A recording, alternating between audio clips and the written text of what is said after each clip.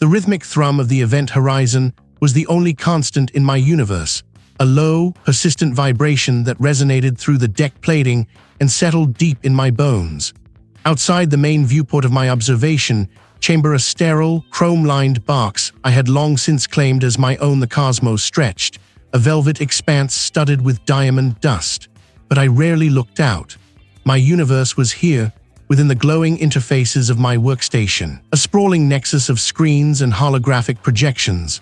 I was Dean Raj, and my brilliance, I'd been told more than once by a departing colleague or an exasperated superior, was matched only by my singular focus. Isolation wasn't a side effect of my work, it was a prerequisite. Data linguistics, especially at this depth of interstellar research, demanded an almost monastic dedication, a mind unburdened by the chatter of human interaction. And I was very good at being unburdened. My current assignment was a routine sweep of the static field. For centuries, this pervasive, ancient interstellar signal had been classified as background radiation, the cosmic hum of a universe cooling down, expanding, dying a slow, entropic death. Billions of light years away, it was a constant, a meaningless babble of energy fluctuations. My job, a perpetual Sisyphean task, was to ensure it remained meaningless, to confirm, yet again, that there was nothing of interest, no pattern, no intelligence, just the white noise of creation. The raw data streamed across my primary display, a dizzying cascade of symbols, spectral graphs, and frequency modulations. My custom algorithms, honed over years of solitary refinement, chewed through the torrent, sifting for anomalies, searching for any deviation from the expected statistical distribution. Hour after hour, the results came back clean. Flat lines, Gaussian curves, random scatter, nothing, just as it always was, just as it was supposed to be. Then a flicker. It was minuscule, a single data point nudging a fraction of a nanometer outside the expected variance. My internal alarm, a quiet, insistent hum that only I could hear, chirped. I zoomed in, scrutinizing the isolated peak. A momentary sensor hiccup, perhaps. A stray cosmic ray impacting the receiver. I made a mental note to check the sensor logs later, then dismissed it, letting the main analysis engine continue its grind. The universe was vast and messy, aberrations were inevitable. But then it happened again and again. Not in the same place, not with the same intensity, but a series of almost imperceptible bumps, like a pebble skipping across the surface of a perfectly still pond. My fingers danced across the holographic keyboard, pulling up the rawest feed, stripping away the filtering protocols, letting the true, unfiltered cacophony of the static field wash over my senses. It was an assault, a blizzard of information that would incapacitate a lesser mind, but for me it was home. I adjusted my parameters, focusing on the specific band where I'd noticed the flickers. I narrowed the temporal window, then the spatial. My fingers flew, each movement precise, born of instinct and years of practice. I was no longer merely analyzing. I was hunting, and the prey, if it existed, was impossibly subtle. The algorithms began to churn again, this time with a revised directive. Instead of filtering for randomness, I instructed them to search for anti-randomness, for structures that defied statistical probability, for echoes. The first results were slow, hesitant. My screens glowed with nascent patterns, like faint constellations forming out of cosmic dust. A recurring sequence of 3 specific frequency modulations, separated by precise, albeit irregular, intervals. Then a pause, then the sequence again, subtly altered, almost a variation on a theme. My breath hitched. This wasn't noise, this was something else. My mind raced, skipping through decades of linguistic theory, signal processing, and chaos mathematics. I knew the statistical profile of true background radiation intimately. It was a chaotic symphony, utterly without repetition, without intent. What I was seeing now, however faint, suggested structure, like finding a single, perfectly carved stone amidst a mountain of gravel. I spent the next cycle in a hyper-focused trance, the ship's low hum fading into the background, the vast emptiness outside my viewport forgotten. I layered algorithms, cross-referenced, and reanalyzed. The pattern solidified. It was there, undeniably. A fractal-like complexity, self-similar across different scales, weaving through the seemingly random static. It wasn't a simple message, not a burst of code. It was something far more intricate, like the internal structure of a living organism or the invisible architecture of a complex language. A language I didn't know, spoken by a consciousness I couldn't comprehend. A cold dread, sharp and sudden, pierced through my intellectual excitement. This shouldn't exist. The universe, according to every model, every observation, was not supposed to produce this kind of structured, non-random signal from such an ancient, pervasive source. This defied fundamental principles. My eyes burned, muscles ached, but I couldn't pull away. The screens pulsed, the patterns deepening, growing more defined under my relentless scrutiny. I felt a strange pull, a subtle mental pressure, as if the signal itself was reaching out, not just into my systems, but into my mind. Suddenly, the data on my main screen glitched, not a system error, but a brief, jarring intrusion.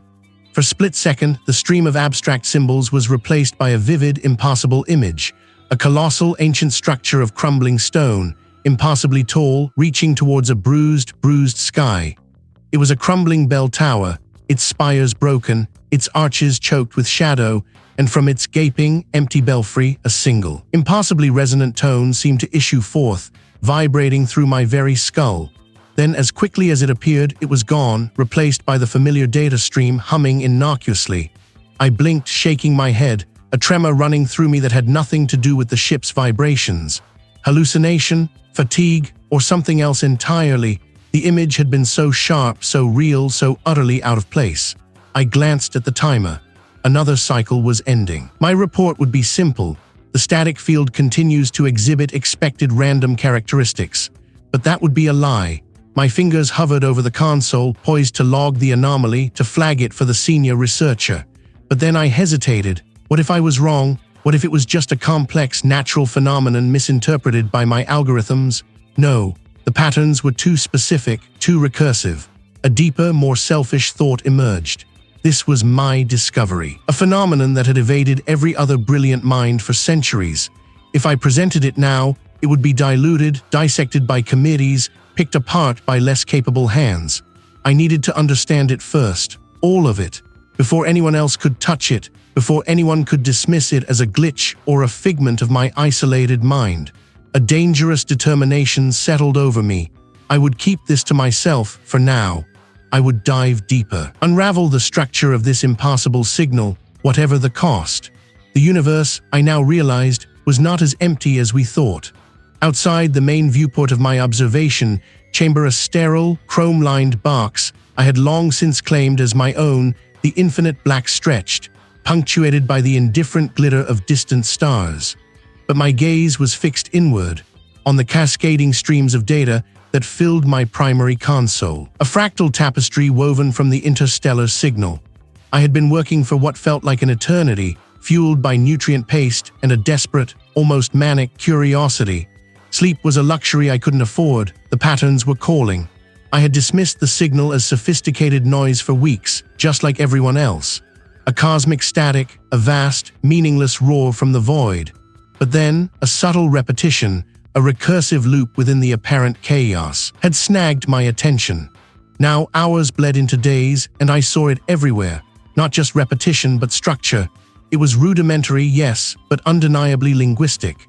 Not a language of sounds or symbols I knew, but a language of pure information, of relational dynamics that shifted and reformed with an internal logic I was only beginning to grasp.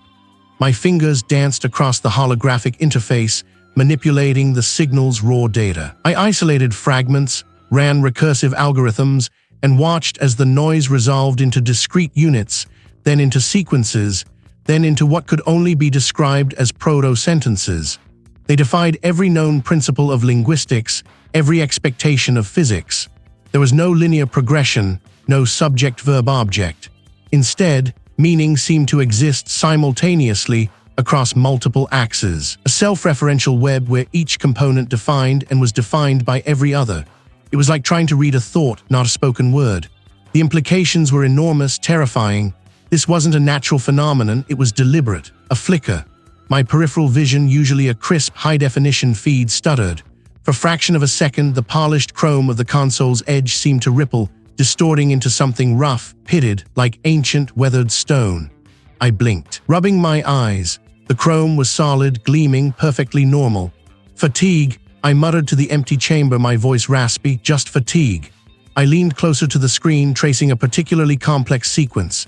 It seemed to describe a spatial relationship, but not one I could map to 3 dimensions. It felt like an instruction, a command, but aimed at what? Then, a faint sound, not the ship's steady hum, nor the gentle hiss of the environmental controls. This was different, a low, resonant gong, like a massive, distant bell vibrating deep in my inner ear. It hung in the air for a breath, then vanished, leaving only the familiar ship tones. I paused, listening intently. Nothing. My pulse quickened. Deep space played tricks on the mind, isolated and overtaxed. I told myself it was residual auditory memory, a phantom echo of some long-forgotten sound from Earth. But then came the disorientation. I was charting a particularly dense cluster of semantic nodes when the floor beneath my feet seemed to lurch, not with the gentle sway of the ship's artificial gravity, but with a violent, sickening drop. My stomach tightened, and I gripped the console's edge, my grip tight. The sterile confines of my chamber dissolved, replaced by a sudden, overwhelming image: vast, gray skies, the biting wind, and the dizzying height of a crumbling bell tower. I saw the pitted stone, the empty arches where bells should have swung, the dizzying drop to a forgotten landscape below. The air was thick with the scent of dust and ancient decay. The vision lasted only a blink, a single terrifying flash, but it was so vivid, so utterly real, that when my chamber snapped back into focus, the familiar hum felt alien, distant. My head swam. I squeezed my eyes shut, fighting the nausea. "Just overworked, Dean," I whispered, the words tasting like ash. Too many hours staring at the void. I knew I needed to share my findings. The captain, a stoic woman with eyes that had seen too many empty sectors, listened with a polite, almost pitying patience as I explained the linguistic structures, the impossible complexity. "Dean," she said, her voice even, "I understand your dedication. This is groundbreaking work, potentially, but the signal, its noise, complex, yes, but noise. You've been at this for 72 hours straight. Your perception is compromised by lack of rest." A technician, a younger man who usually admired my analytical prowess, chimed in, "Yeah, Raj, maybe step away from the console for a cycle or 2, get some real sleep. Your patterns are probably just your brain trying to find order where there isn't any." His tone was gentle, but the implication was clear. I was seeing things. I was breaking down. They dismissed it, just as I knew they would. They couldn't see what I saw, couldn't hear what I heard, couldn't feel the sudden, jarring intrusion of something ancient and impossible. They attributed my findings, and my increasingly frayed state, to exhaustion, to the inherent madness of deep space. But I knew better. The patterns weren't in my head. The patterns were changing my head. And the crumbling bell tower, the phantom gong, the rippling chrome, they weren't just fatigue. They were the signal. And it was just beginning to speak to me. The technician's gentle dismissal still grated, a faint, irritating hum beneath the thrum of the ship's distant engines. "My patterns are probably just my brain trying to find order where there isn't any." He was wrong. They weren't just patterns anymore. Back in my private study, the console glowed, reflecting the intense focus in my eyes. The signal, once a mere sequence of modulated frequencies, had blossomed into something more akin to a living script. Its complexity had surged, evolving past anything I'd ever encountered in data linguistics. I saw it, not just in the numerical readouts, but in the abstract visualizations I'd built to translate its core structure. Lines of light on the display twisted, not into predictable fractals, but into geometries that defied Euclidean principles.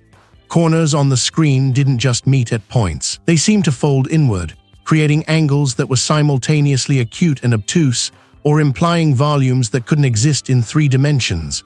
My mind strained, trying to map these paradoxical concepts onto familiar frameworks, and failed. It was like trying to describe a color that didn't exist using only the primary palette.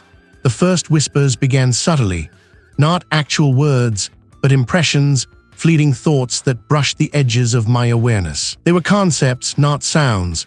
The true path is the one that doubles back on itself.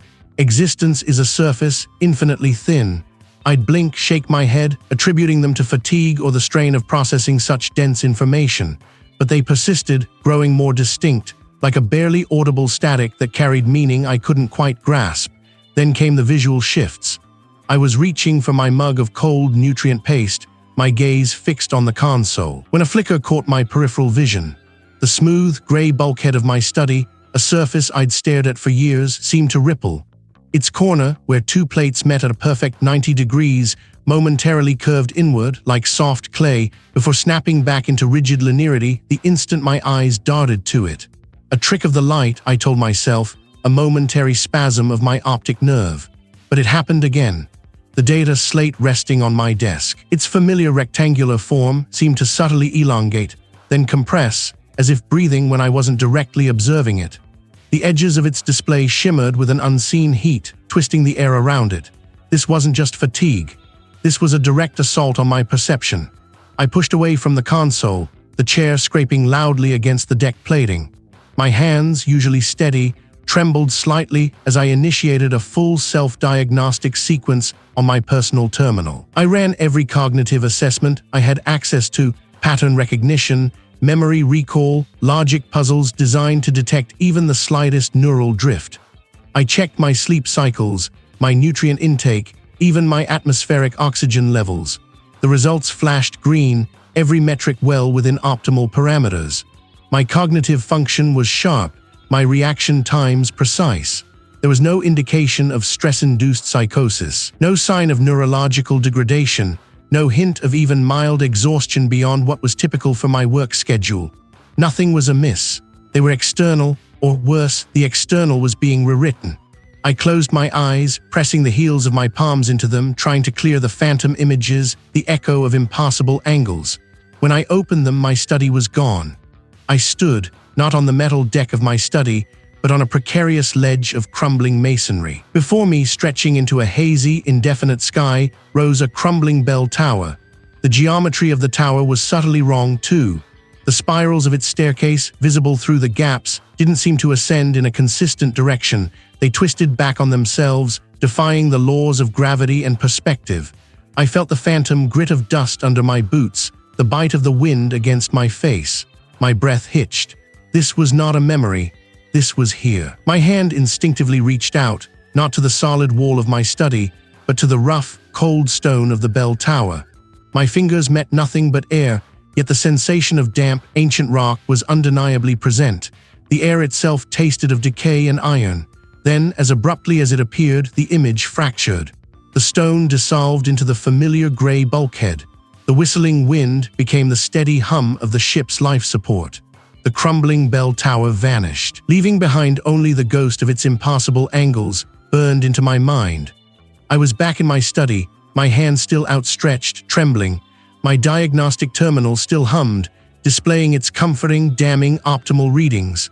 The signal on my main console pulsed, beckoning, its newly complex patterns now seeming to mark my futile attempts at rationalization. Back in my private study, the console glowed, a cold, clinical beacon in the dimness. I hadn't slept in days, the artificial light of the screen burning a ghost image onto my retina even when I closed my eyes. Every line of code, every parsed fragment of the interstellar signal pulled me deeper into its current. I felt it then, not a breakthrough in the traditional sense, but a rupture.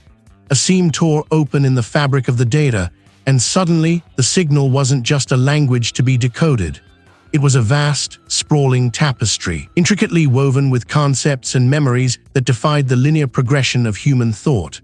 I saw, or rather felt, entire histories unspooling, not as static records, but as vibrant, pulsing currents of information, alive with an ancient alien sentience. It wasn't a message from something, it was something. A living archive, a consciousness so immense it made the void outside seem small. The console screen rippled, a flicker of static that had nothing to do with the data stream. A low hum resonated from the ship's bulkhead, not the usual rhythmic thrum, but an irregular vibration, like a distant, struggling heart. I ignored it, my gaze glued to the unfolding tapestry.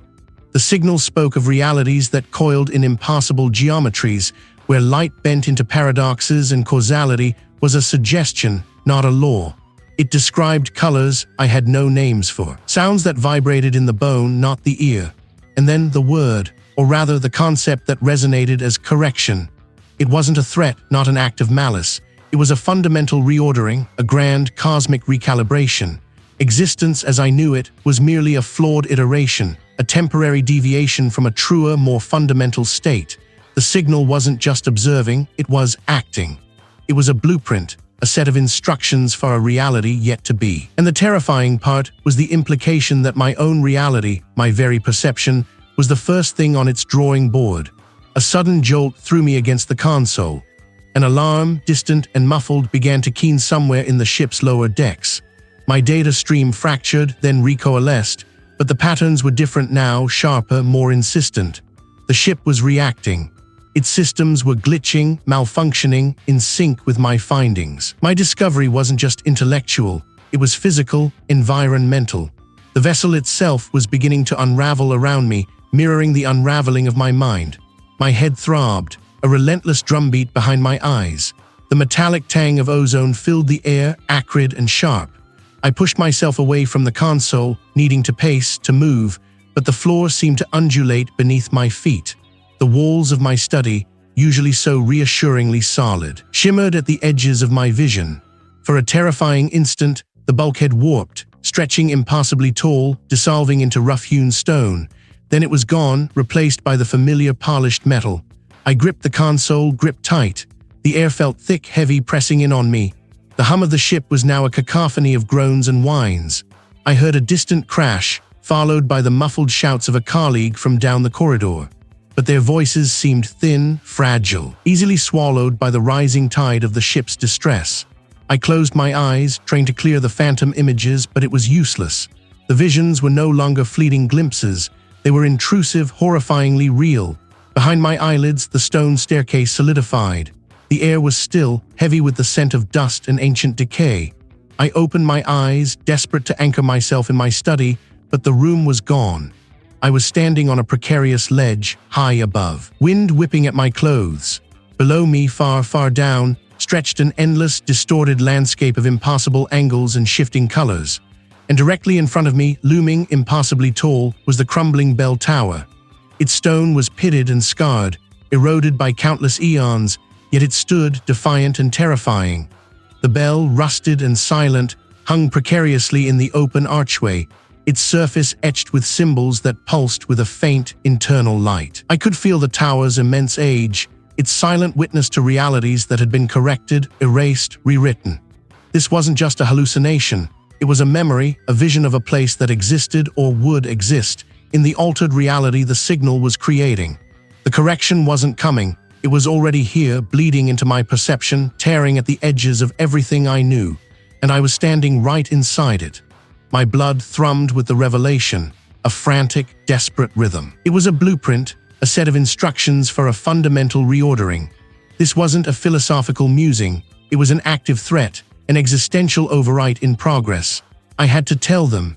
I had to make them understand before it was too late.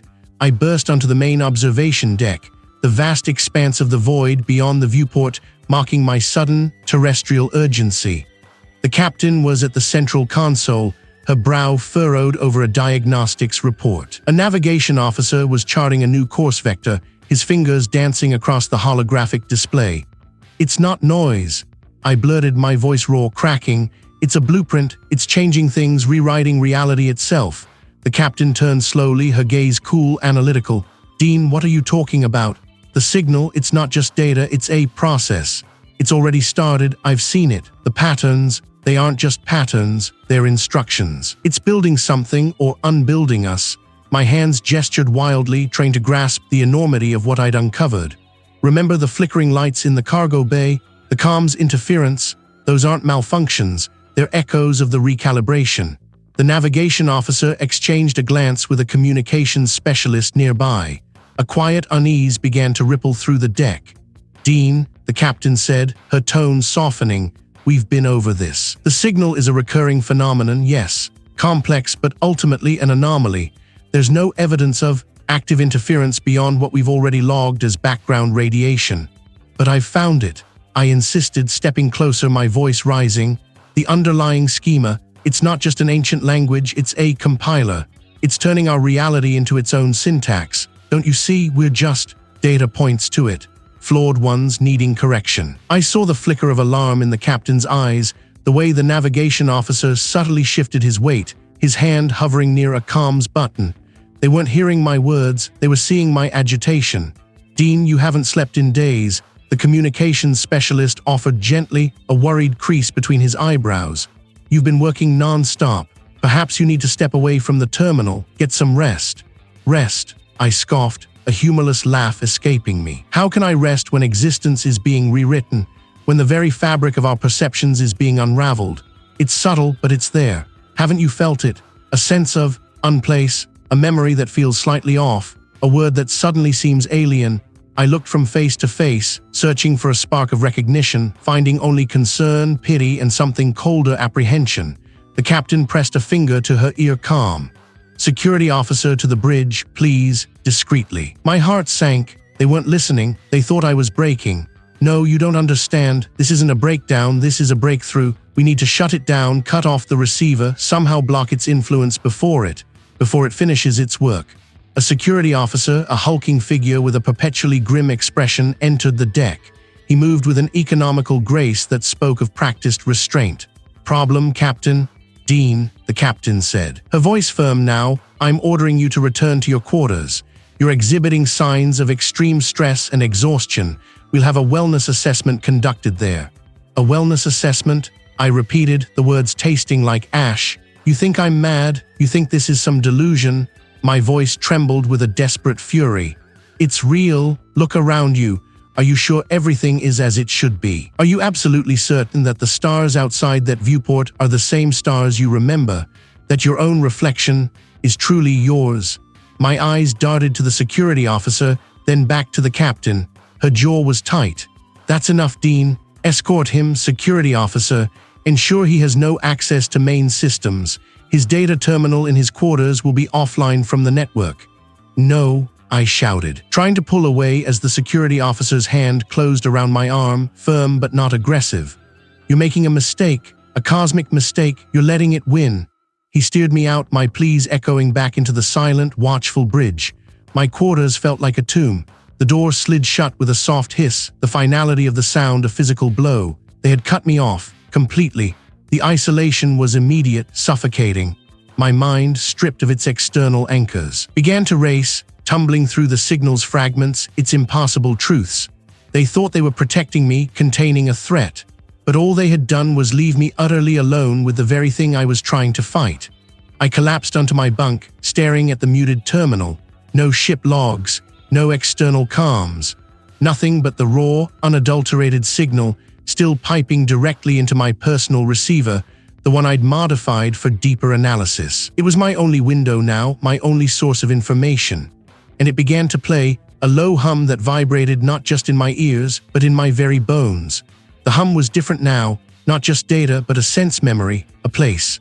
I closed my eyes, the signal painting visions behind my eyelids, a vast, empty plain under a bruised, purple sky, and in the distance, stark against the horizon, a crumbling bell tower. It stood impossibly tall, its stone facade riddled with fissures, its bells long gone, leaving only gaping, empty mouths. The image was vivid, unsettlingly real, yet I knew I'd never seen it before. It was a new memory, implanted, or perhaps a glimpse of the reordered world. I thought of the captain's unnervingly calm demeanor, the navigation officer's almost robotic precision, the communications specialist's too gentle concern. Were they simply reacting to my perceived madness? Or was there something else at play? A subtle shift in their facial expressions, a prolonged blink, a word chosen with an unnatural cadence. The signal, I realized with a sickening jolt, wasn't just working on the grand scale.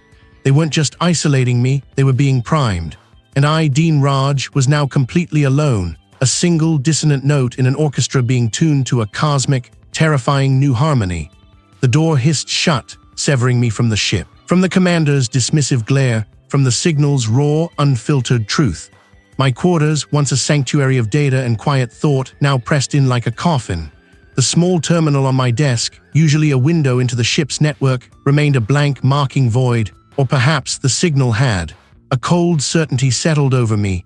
This wasn't just about the ship or my research. It was about me. The signal wasn't just data. It was an invasive presence, something that sought to dismantle, to rewrite. I sank onto my bunk, the synthetic fabric cool beneath my fingers. I needed to think, to organize, to find an anchor in the storm that was gathering in my own mind. I closed my eyes, trying to conjure the image of my parents' faces, a simple exercise I often used to clear my head. My mother's smile, my father's earnest gaze, but as I tried to focus, a flicker. My mother's hair wasn't quite the rich auburn I remembered. It was streaked with silver, a detail I'd never seen before, a detail that felt both utterly foreign and undeniably right. No, that wasn't right. Her hair was vibrant, always. Panic pricked at me. I opened my eyes, staring at the sterile ceiling. It was just a trick of memory, I told myself, stress, isolation. Yet the silver streaks persisted in my mind's eye, a phantom detail. I tried another memory. My first research grant. The elation. Late nights spent hunched over my console, the taste of stale coffee and triumph. I remembered the exact words of the approval email, the date, the signature of the department head. But then, a flash, a second signature. A name I didn't recognize scrawled beneath the first, a looping, almost alien script. It made no sense. I had been alone, my work singular. Who was this other signatory? My breath hitched. The signal wasn't just external noise. It was internalizing, weaving itself into the very fabric of my past. It was subtle, insidious, like a slow-acting poison. My personal history, the bedrock of who I was, felt like it was shifting beneath my feet. I needed something concrete, something unassailable. I thought of the accident, the one I never spoke about, the one that had driven me into the solitary pursuit of deep space linguistics, away from everything familiar. The accident that had claimed my younger sister. The memory was always a blur of frantic images, a cacophony of sirens and shouts, the metallic tang of fear. I'd suppressed the details, locked them away. But now, as I tried to recall the raw, unvarnished truth, new fragments began to surface, sharp and vivid, like shards of broken glass. I was there not just as a terrified bystander, but as an active participant. My hands, small and clumsy, fumbling with something, a rope, a latch. The air was thick with the smell of damp earth and decaying wood. It wasn't the suburban street I remembered. It was older, far older. I saw a structure impossibly tall, its stone weathered and crumbling. A bell tower. Yes, a crumbling bell tower. I was climbing, my sister's laughter echoing below, a sound both joyous and terrifyingly fragile. This was wrong. We lived in a flat, sprawling city. There was no bell tower, no ancient stone, no climbing. Yet, memory felt intensely real, more real than the vague, suppressed version I'd carried for years. I could taste the dust in my mouth, hear the creak of the old timbers, feel the dizzying height. My sister, her small hand reaching for mine, her eyes wide with a mixture of fear and exhilaration. She wasn't beneath me. He was beside me on a narrow ledge, high up in the tower. And then the snap. Not of a car hitting something, but of a rope, frayed and rotten. The rope I was holding. My stomach churned. This was a lie, a monstrous, cruel fabrication. I would never have put her in danger like that. I would never have been so reckless. My sister, he was gone because of an urban intersection, a careless driver, not because of a collapsing structure, not because of my negligence, high in a forgotten tower. Yet the vision persisted. I saw her fall, her bright dress a brief flash of color against the gray stone. I heard my own scream, ragged and raw, torn from my throat as I clung desperately to the crumbling edge, the wind tearing at my hair. The image was so visceral, so utterly devastating, that it felt like a fresh wound. My hands trembled, clutching at my own forearms. This wasn't a memory of trauma. This was a new trauma, superimposed, grafted onto the old. The signal wasn't just showing me things, it was creating me. It was rewriting my past, crafting a history that was utterly alien, yet infused with an unbearable familiarity. Who was Dean Raj? There was either the child who watched his sister die on a paved street, or the one who accidentally dropped her from a perilous height in a crumbling bell tower. My sense of self, my very identity, fractured under the weight of these conflicting realities. The signal wasn't just communicating. It was becoming me, or rather, it was making me become something else entirely. The door had indeed hissed shut, but the sound, sharp and final, seemed to echo not in my sterile quarters, but in a vast hollow space. My eyes, fixed on the small terminal screen, swam. The familiar data lines blurred, then fractured like cracks spreading across a frozen pond. The walls of my cabin, once gleaming metal, buckled inwards, then swelled, transforming. The cool hum of the ship vanished, replaced by a whistling draft that carried the scent of ancient dust and damp stone. I stood, or perhaps floated, in a crumbling bell tower. Jagged gaps in the stone walls, where windows should have been, offered glimpses of a hazy, indifferent sky. Below, far below, lay not the ship's deck, but a sprawling, indistinct landscape, muted in color like a faded tapestry. The air was thick with fine grit, catching the faint light filtering through the high, arched openings. Splintered wooden beams, groaning under invisible weight, crisscrossed above my head. A massive, verdigris-stained bell, silent and immense, hung suspended from a thick frayed rope in the center of the chamber, its surface pitted with age. My hand, when I raised it, felt heavy, alien. The cold, rough stone pressed against my back. This was not a dream. This was here. It wasn't sound, not truly, but a pressure, a vast, complex weight behind my eyes, pushing outwards. My thoughts, my very consciousness, felt stretched thin, a fragile membrane about to burst. Data, raw and undigested, surged through me, bypassing my optic nerves, my auditory canals, directly engaging the core of my being. It was a language without words, a logic without symbols, an overwhelming download of pure, unadulterated information. And with it came the understanding. Not a spoken message, but an immediate, unavoidable knowing. My knees buckled. I slumped against the cold stone, clawing at the rough surface as if to anchor myself. The bell tower spun. Or perhaps it was my mind. The entity, the source of the signal, was not communicating with me, but through me, as me. My individual consciousness was a conduit, a lens forcibly focused. It showed me errors, not mistakes in calculation or flaws in design, but fundamental, intrinsic errors embedded within reality itself. A deep-seated imbalance, a discordant note in the cosmic symphony. My human perception, limited by its senses, its ego, its desperate need for causality and linearity, was one such error. A filter too dense, too opaque, distorting the true, fluid nature of existence. The entity's purpose was to correct these errors, not to destroy, not to conquer, but to refine, to bring into alignment. It showed me glimpses, fleeting and horrifying, of what it considered true reality. A shifting, interconnected tapestry where form was fluid, time was a malleable dimension, and individual consciousnesses were merely transient ripples in a vast, singular ocean. My entire worldview, everything I understood about physics, biology, the very nature of being, was a simplistic, flawed interpretation. A child's drawing of an infinitely complex machine. I gasped, a dry, rattling sound in the dusty air. The bell above me seemed to thrum with a silent resonance, mirroring the vibration within my skull. The entity was not malevolent, not in the human sense of wanting to inflict pain. It was an architect, a cosmic editor, driven by an incomprehensible imperative for perfection. And my existence, my limited, flawed perception, was merely an anomaly to be rectified. The realization struck me with the force of a physical blow, knocking the breath from my lungs. My reality, the reality I clung to, the ship, the commander, the very ground beneath my feet in this impossible bell tower, was not fixed. It was mutable, provisional, a temporary construct, a sandbox. The word echoed not in the air, but in the deepest recesses of my violated mind.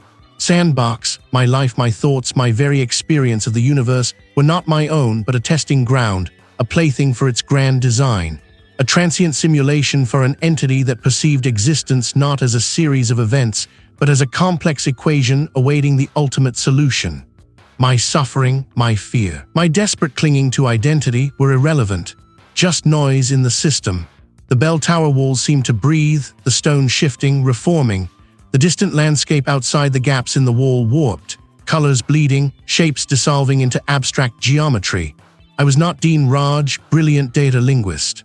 I was a momentary flicker, a flawed data point in an incomprehensibly vast program, and the programmer was now reaching in, not to delete me, but to rewrite my fundamental code, to correct the error of my limited human perception.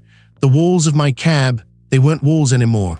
One moment, the polished composite panels of my cabin shimmered. The next, they were dissolving, flaking into gray dust that tasted of old mortar. The familiar hum of the vessel's life support gave way to the mournful sigh of wind through crumbling stone. My chair, the one with the worn armrest, vanished beneath me, and I found myself standing on a rough, uneven floor, cold, seeping through the soles of my boots. Above me, a gaping hole where the ceiling should have been framed, a bruised, indifferent sky. I was in a crumbling bell tower. My hands, still tingling from the phantom controls of my terminal, reached out, grazing rough-hewn stone. This wasn't a transition, it was an imposition. The thing in the signal wasn't just rewriting data, it was rewriting the very fabric of my perception, overlaying this archaic structure onto the sleek, metallic reality I knew. Yet the horror was that I still saw the ship. The thick stone walls around me began to ripple, not like water, but like strained muscle under taut skin. Mortar lines pulsed, breathing with a slow, organic rhythm, mimicking the bulkheads of the vessel I'd left behind, or perhaps the vessel I was still in. The air, heavy with the scent of damp earth and decay, thickened, then thinned, pulling at my clothes, pushing against my chest with an erratic, disorienting pressure. My stomach lurched, a phantom sensation of zero-G followed by a crushing weight, as if the tower itself was experiencing a violent atmospheric breach. Gravity fluctuated erratically, a sickening dance that left my knees weak and my mind reeling. I staggered, bracing myself against a vibrating stone pillar that felt, for a terrifying instant, like the central support beam of the Odyssey, groaning under impassable stress. Then I saw them. Figures moved in the shifting gloom of the bell tower's lower levels, their forms indistinct, blurred by the haze of dust and the intermittent, sickly yellow light filtering through narrow, broken windows. They were not the crew, not anymore, not truly. I recognized the gait of the logistics manager, the stooped posture of a junior research assistant, the confident stride of the flight officer. But their shapes were wrong. The logistics manager, usually precise and angular, now seemed to flow, her limbs subtly elongated, her head tilting at an impossible angle as she glided past a fractured archway. Her skin, where I could discern it in the dimness, was smooth, featureless, like polished bone, reflecting the faint light with an unnatural sheen. Her movements were not human. They were a series of fluid, almost liquid articulations, each step a ripple through her entire form. He was observing something on the floor, her head swiveling without the resistance of a neck, as if her entire upper torso was a single fluid extension. The junior research assistant, a quiet man who always hunched over his datapad, now moved with a strange, almost insectile precision. His arms, once slender, seemed to have gained an extra joint, bending and extending with a jerky, unnatural grace. His face was a mask of placid, unblinking symmetry. His eyes, or what I perceived as eyes too large, too perfectly aligned, like polished obsidian discs. He wasn't looking at anything. He was simply being, a living sculpture of altered biology, his every gesture a silent, incomprehensible communication with the shifting stone around him. And the flight officer. He stood at the center of the tower's base, his back to me, his silhouette impassably tall.